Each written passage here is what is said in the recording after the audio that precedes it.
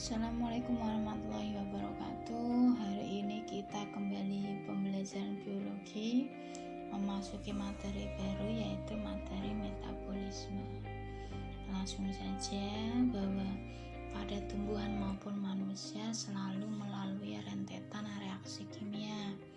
Jika seluruh reaksi kimia ini terjadi di dalam sel makhluk hidup, maka reaksinya disebut dengan reaksi biokimia. Nah, metabolisme sendiri merupakan seluruh proses atau reaksi biokimia yang terjadi di dalam sel. Metabolisme ini merupakan rangkaian reaksi kimia yang tersusun oleh yang namanya anabolisme dan juga katabolisme. Untuk anabolisme sendiri merupakan reaksi penyusunan energi, kemudian untuk yang katabolisme merupakan reaksi penggunaan energi. Kemudian kita bisa lihat ada bagan di situ. Bagan itu merupakan bagan transformasi energi dalam biologi. Bisa kita lihat ada 4 tahapan dalam gambar. Untuk tahapan pertama, selama proses fotosintesis terjadi, energi matahari biasa dalam bentuk radiasi ataupun pancaran akan berubah menjadi energi kimia dalam ikatan senyawa organik. Kemudian untuk tahapan yang kedua, pada waktu respirasi sel, energi kimia dalam senyawa kimia akan berubah menjadi persenyawaan yang berupa ATP. Kita sering mendengar istilah ATP di kelas 10. Jadi ini merupakan sebuah singkatan dari adenosin trifosfat. Kemudian untuk tahapan ketiga, di dalam sel energi kimia ikatan fosfat yang kaya akan energi atau ATP ini dapat difungsikan untuk bekerja. Untuk yang tahapan terakhir, nantinya energi akan mengalir ke sekeliling sel dan hilang sebagai energi panas dalam bentuk entropi. Itu merupakan bagan transformasi energi dalam biologi. Untuk bagannya sendiri dibedakan menjadi 3 proses ya. Ada 3 proses. Yang pertama yaitu transformasi energi oleh klorofil.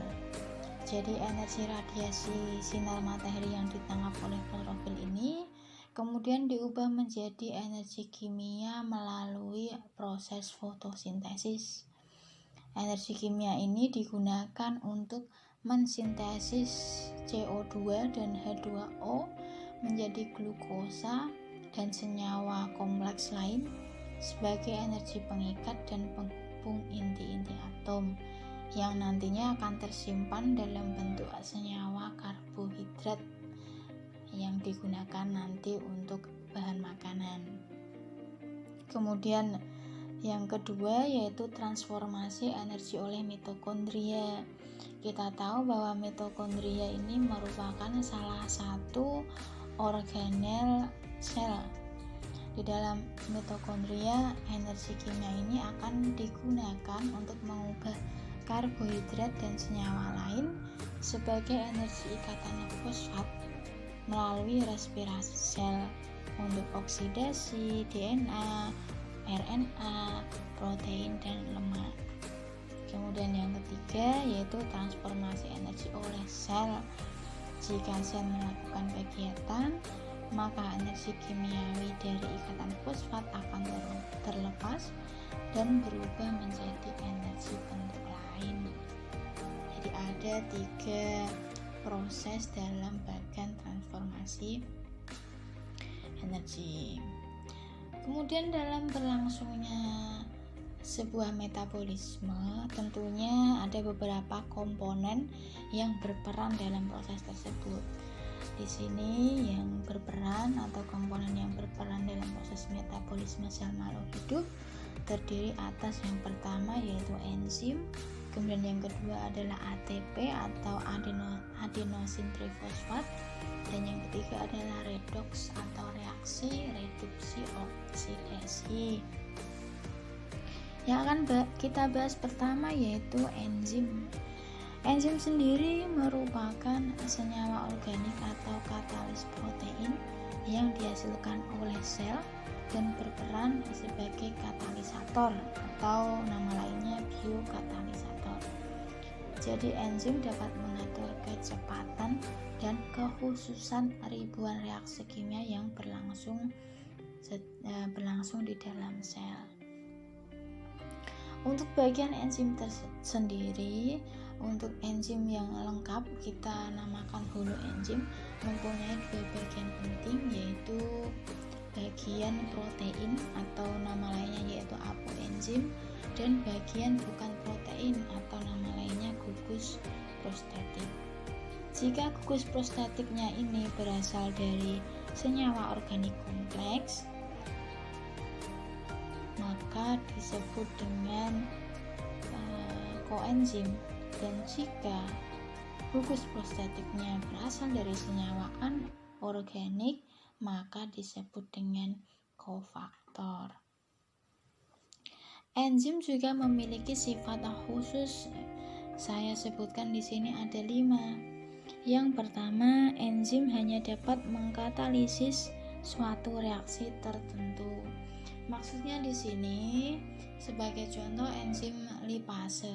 Kita tahu dari MTS atau SMP, enzim lipase itu hanya dapat mengkatalisis reaksi perubahan dari lemak menjadi gliserol dan asam lemak.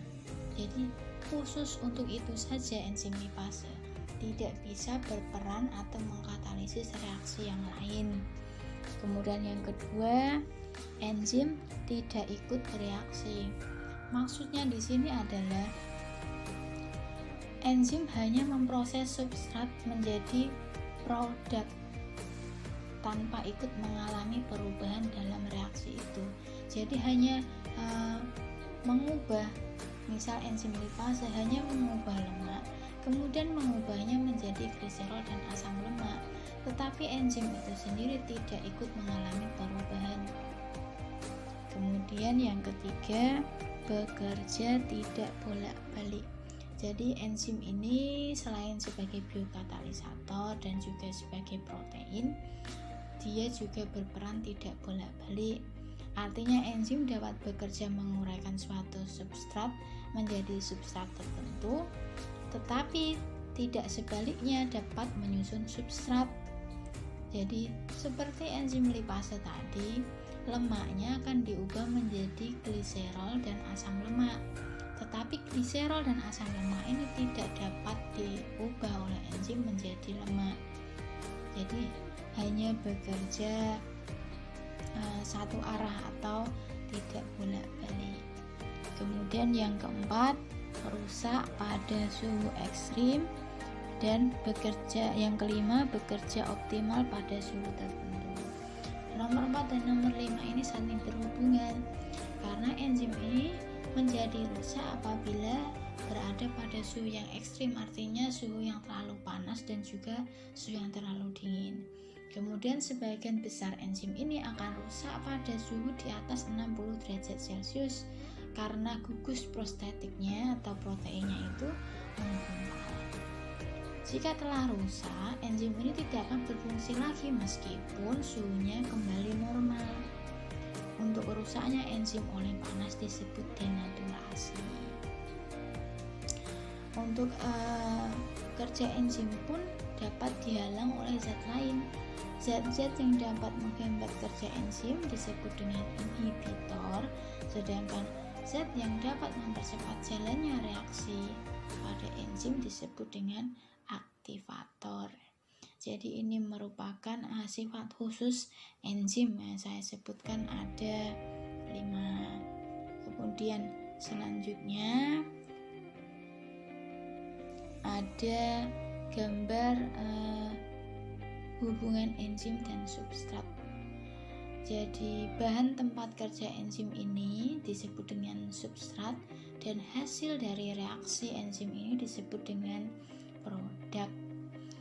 Dengan demikian, enzim hanya dapat digunakan kembali untuk mengkatalisis reaksi yang sama. Jadi tadi khusus hanya dapat mengkatalisis reaksi tertentu. Dan secara sederhana pula, cara kerja enzim ini digambarkan seperti kunci dan gembok. Kompleks enzim hanya dapat tumbuh pada substrat karena pada permukaan enzim terdapat sisi aktif.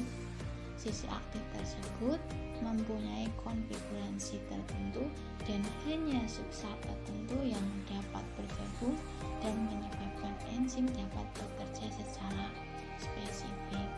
Nah, istilah kunci dan gembok ini digunakan atau dikenal sebagai teori kunci dan gembok.